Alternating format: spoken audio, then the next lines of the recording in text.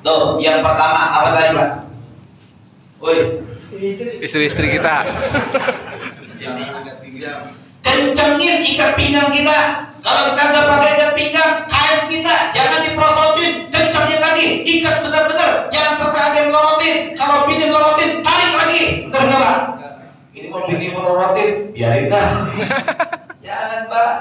Meskipun kita sebenarnya boleh, tapi di akhir Ramadan ini kita benar-benar untuk fokus kepada Allah. Semoga kalau kita fokus, Lailatul Qadar tidak mustahil untuk kita dapatkan. Amin. Amin ya rabbal alamin.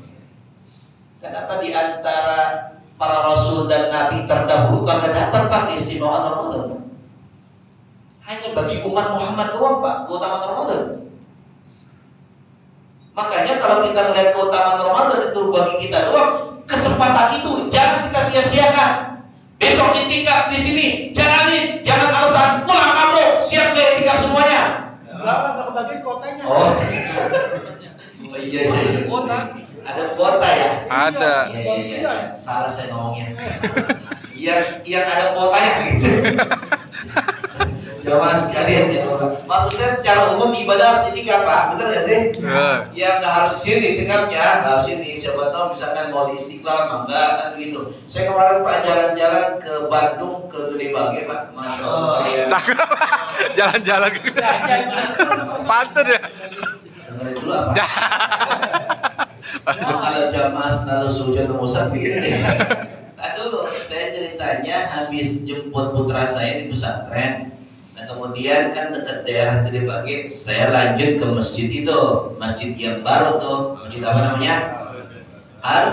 Al-Jabbar. Makna Al-Jabbar itu bisa dua arti, Pak. Bisa secara akronim, bisa secara lughatan, yaitu menggunakan bahasa Arab. Akronimnya artinya Jawa Barat, sedangkan secara bahasa lughatan Al-Jabbar yaitu adalah Maha yang berkehendak atau Maha yang memaksa.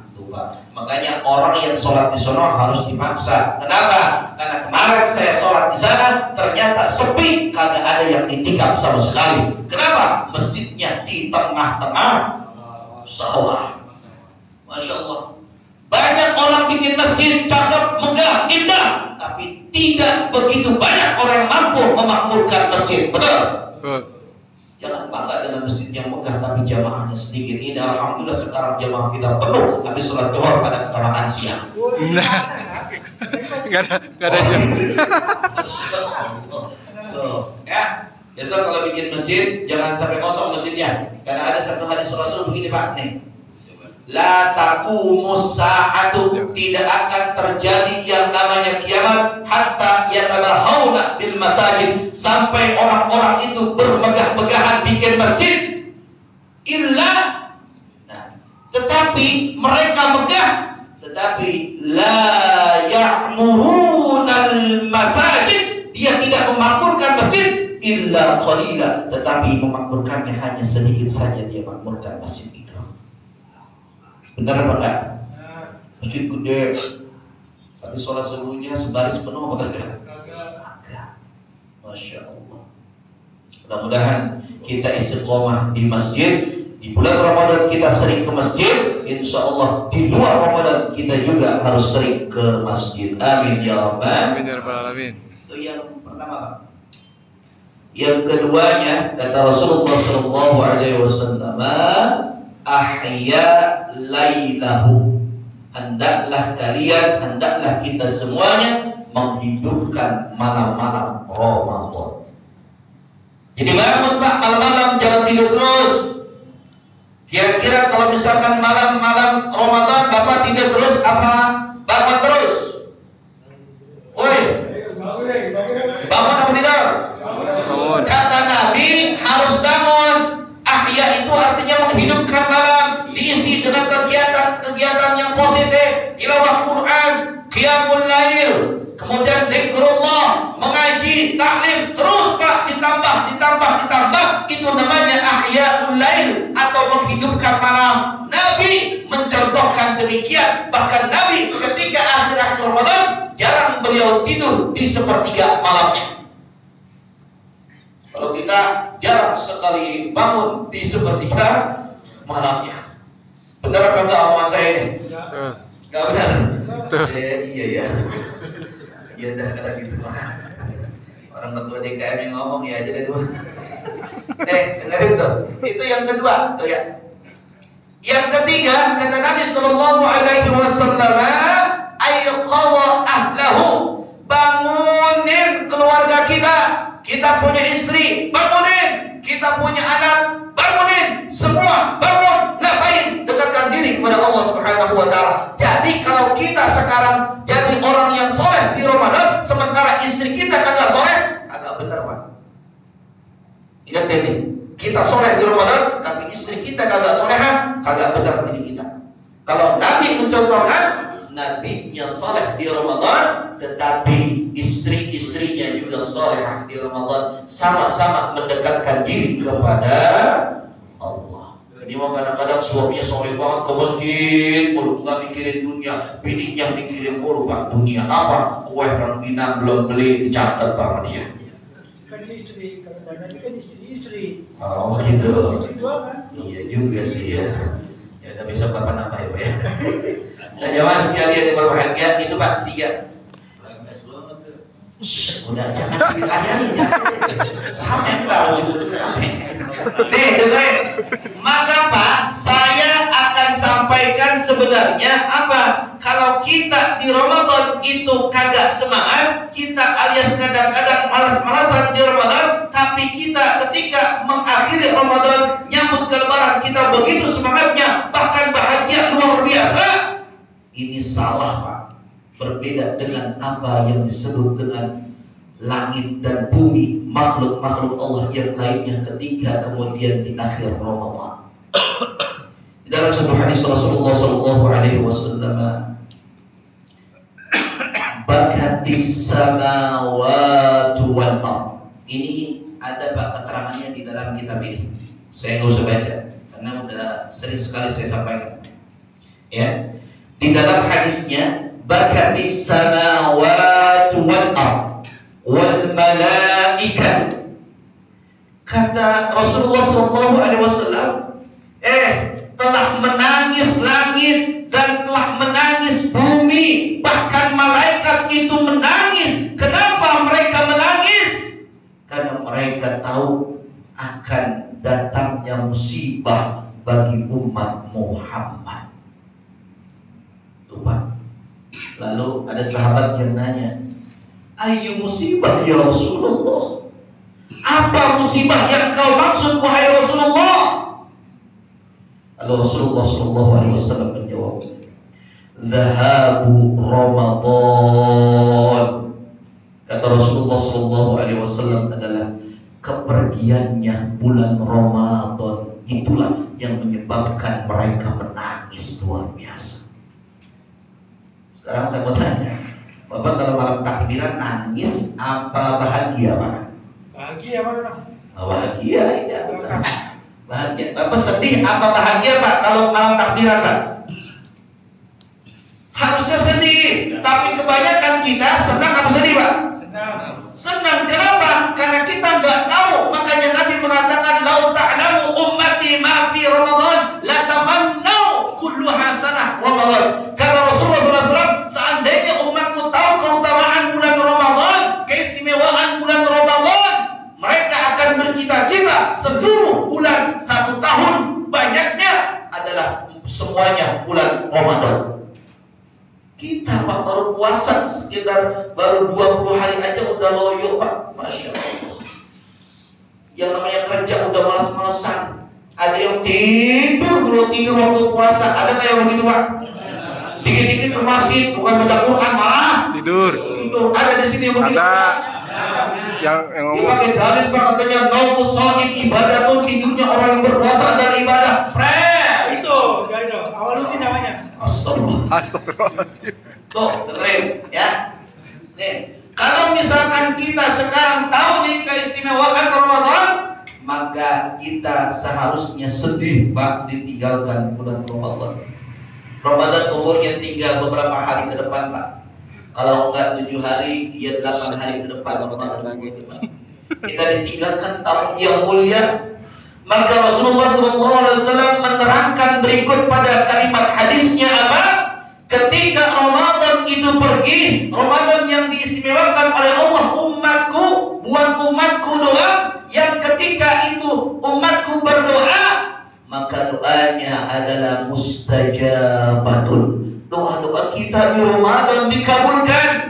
Was-sadaqatu maqbulatun, dan kemudian sedekah kita pasti diterima dan dilipat gandakan pahalanya oleh Allah Subhanahu wa taala. Kalau mereka kemudian terputus dengan keutamaan itu, maka itu musibah dari Allah untuk kita. Pantaslah kiranya kalau langit, bumi, malaikat itu menangis karena ditinggalkan Ramadan. Mudah-mudahan Pak, besok malam takbiran kita menangis supaya. Woi, nangis apa orang takbiran? Nangis. Kalau takbiran pada semua Allahu Akbar, astagfirullahaladzim. Ketika kemudian takbiran itu harus sedih, karena Rasul pada malam takbiran itu Pak adanya di mihrab. Woi, nih Rasul malam takbiran adanya di mana? Mihrab. Di mihrab Pak, di depan dia sholat Pak, nangis Pak dia. Sahabat Abu Bakar nangis Pak, sahabat Umar nangis Pak. Masya Allah. Bila dia khawatir, dia tidak berjumpa lagi dengan Ramadan tahun yang akan datang. Gak ada yang jamin Pak umur kita sampai pada bulan Ramadan yang tahun yang akan datang. Jibril nangis itu. Oh dia nangis. Agak buat lebaran. Oh, buang aja tuh kalimatnya. Gak ada lebarannya. Tapi kalau nggak ada orang berdua ini nggak seru ya bener ya. Iya. Insya Allah. Tuh Pak. Jadi yang namanya kita takbiran Pak ditinggalkan oleh Ramadan, sedih sejadi-jadinya, dan dicontohkan oleh Nabi dan dicontohkan oleh para sahabat. Jangan kita kemudian menyelisihi Nabi Muhammad dan jangan kita menyelisihi para sahabat. Ingat ini. Makanya kalau lebaran, Bapak lebaran, jangan mikirin baju baru. Woi dengerin, Pak. Jangan mikirin apa Pak? Bini baru. Bini baru. Kepikiran dia begitu ya. Jangan mikirin baju baru, jangan mikirin kain baru, jangan mikirin apapun yang baru, tetapi dipikirkan satu yang baru apa Pak? Kata Rasulullah SAW, meskipun ini hadisnya tidak begitu kuat, ada yang mengatakan ini hadis, ada yang mengatakan ini adalah athar. Di sana dikatakan bahwa apa yang namanya lebaran itu tidak benar kalau harus menggunakan pakaian yang baru. Di dalam sana kalimatnya laisal id bilibasil jadi. Yang namanya Idul Fitri nggak harus pakai pakaian yang baru, Pak. Ustaz nggak pakai pakaian baru, jangan dicemooh. Ustaznya lagi ceramah Idul Fitri, oh Ustaz pakai pakaian tahun kemarin tuh gue pernah lihat begitu. Jangan diomongin, Ustaz sudah mempraktekkan. Kalau ente mau ngomong begitu harusnya nyiapin. Nih Ustaz pulangnya baju baru dari saya. Gitu. Kode keras tuh. Kode keras tuh Pak Sapi. Kode keras itu. Siapin Pak Sapi. Contoh ya Allah. Kalau paham. Iya juga nggak apa-apa Pak Ustadz. Tetapi apa kata beliau? Walakinnal Id, akan tetapi yang namanya Idul Fitri itu apa? Imanuhu tazid, imannya bertambah. Jadi kalau misalkan habis Ramadan imannya segitu-gitu doang, nggak bertambah, percuma kita Ramadan sebulan penuh digembleng di madrasah Ramadan. Betul apa Pak? Betul. Yang biasanya kagak qiyamul lail, alhamdulillah Ramadan bisa qiyamul lail dengan melaksanakan sholat tarawih. Meskipun sholat tarawihnya kadang-kadang milih-milih antara 23 sama yang 11, milihnya yang 11. Benar-benar. Bener banget. Benar banget. Betul. Ada yang 36, 39 sama witirnya, ada nggak? Yang terawih 39 ada nggak? Kagak ada. 11 aja pilihan utama gitu. 11 ada? Kagak juga. Astagfirullahaladzim. Mudah-mudahan Pak tersadarkan diri dengan apa yang saya sampaikan. Amin, amin ya rabbal alamin. Dalam Imam Bukhari dan Itu dikatakan sana apa kalimatnya, man qama ramadhana imanan wa ihtisaban ghufira lahu ma taqaddama min dhanbi. Kata man qama itu maksudnya adalah salat tarawih, Pak. Siapa yang melaksanakan salat tarawih di Ramadan, maka dengan iman dan mengharapkan pahala dari Allah, ikhlas, kemudian dosa-dosanya akan diampuni sama Allah Subhanahu wa taala. Dosa kita kan banyak banget. Dosa sama teman banyak apa sedikit, Pak? Banyak. Banyak yang ngata-ngatain teman banyak apa sedikit, Pak? Banyak. Ada teman kita dikatain, Nah, di sini lu pas sampai Nah itu ada. dah kan di situ. Nggak puasa. Ada yang nggak tahu nggak saya, mungkin dia sedang Ada. syarat orang yang nggak puasa itu ada 4 Pak minimal, Pak. Pertama Islam, yang kedua balik. Balik. Ini syarat wajib puasa nih, ya. Islam, Balik. balik, sehat, ya, sehat. Yang keempatnya berakal. Ustaz, dia nggak puasa, ya mungkin dia bukan Islam, ya nggak Pak? Ada. Islam, oh bukan Islam, oh Ustaz, dia orang udah Islam, sunat dia sunat, kan begitu ya? Oh dia udah Islam, oh mungkin dia belum balik, masih kecil, kan begitu ya? Masih kecil dia, oh Ustaz, orang udah tua begitu, masa belum balik, udah tua dia Ustaz, dia nggak puasa, oh dia udah tua, oke, mungkin Sakit. lagi kurang sehat, Sakit. iya kan? Sakit kali dia, sakit kan boleh nggak puasa. Dan tidak begitu. Makanya kata Allah kan begitu, faman kana minkum maridun aw ala safarin fa iddatun min ayyamin ukhra. Kalau kita sedang sakit, boleh kita enggak puasa, tapi ganti pada hari-hari bulan yang lainnya. Itu kata Allah. Oh, tapi Ustaz dia sehat, jadi masuk kerja, masa dia sakit gimana Ustaz? Oh, mungkin yang keempat. Gila. Ya saya nggak ngomong sih. Ya mungkin. Ya pokoknya begitu lah ya. Pokoknya Bapak kalau bulan puasa jangan sampai kita agak puasa. Udahan puasa sunnah kita malas, tapi insya Allah kalau puasa Ramadan ini wajib Pak, jangan disepelekan. Ingat Pak, pahalanya gede, dosanya juga bakalan gede lagi. Nah orang yang kagak puasa aja Pak di siang hari kemudian melakukan kotor artinya Pak, melakukan jima sama istrinya, itu disuruh puasa Pak. Nih berapa kan Pak?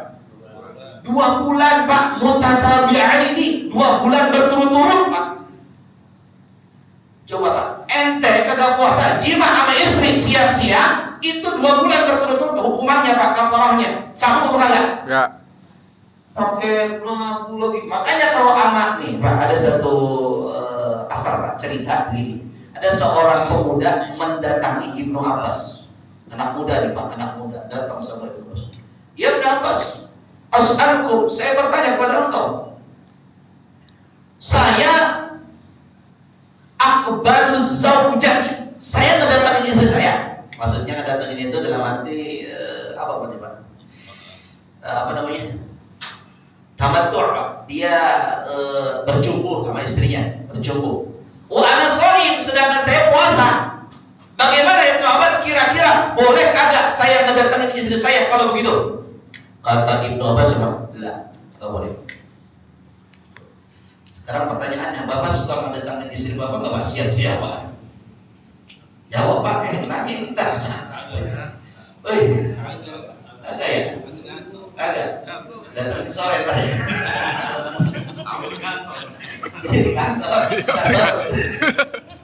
Tuh Pak, itu kalau misalkan pemuda yang nanya sama Ibnu Abbas, suatu saat besoknya Pak, seorang yang sudah syekh, yang sudah tua datang kepada Ibnu Abbas. Ya Ibnu Abbas, as'alukum, saya nanya kepada engkau wahai Ibnu Abbas, engkau adalah orang yang ilmunya banyak, engkau yang suka banyak meriwayatkan hadis, mungkin pernah mendengar dari apa yang disampaikan oleh Nabi kepada engkau. Kalau misalkan saya datangin istri saya menjumpu istri saya, kira-kira saya puasa boleh apa kagak wahai Ibnu Abbas?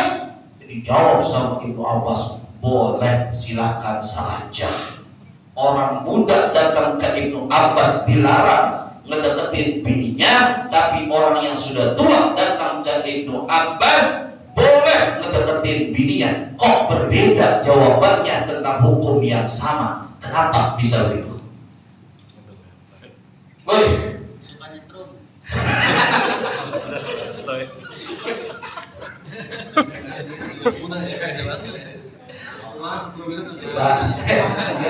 woi dengerin ya.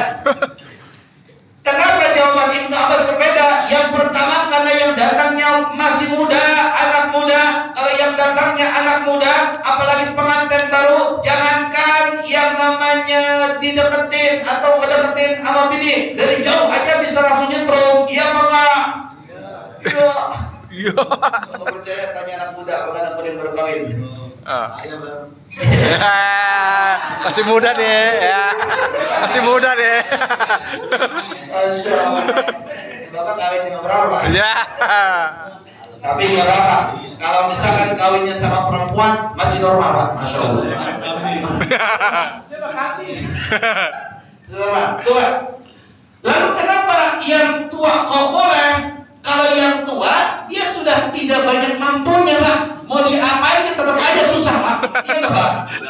Makanya kalau yang tua itu pegangan hidup Pak. Kalau yang muda namanya pandangan hidup. Paham maksudnya? Pandangannya hidup. Nggak dipandang hidup.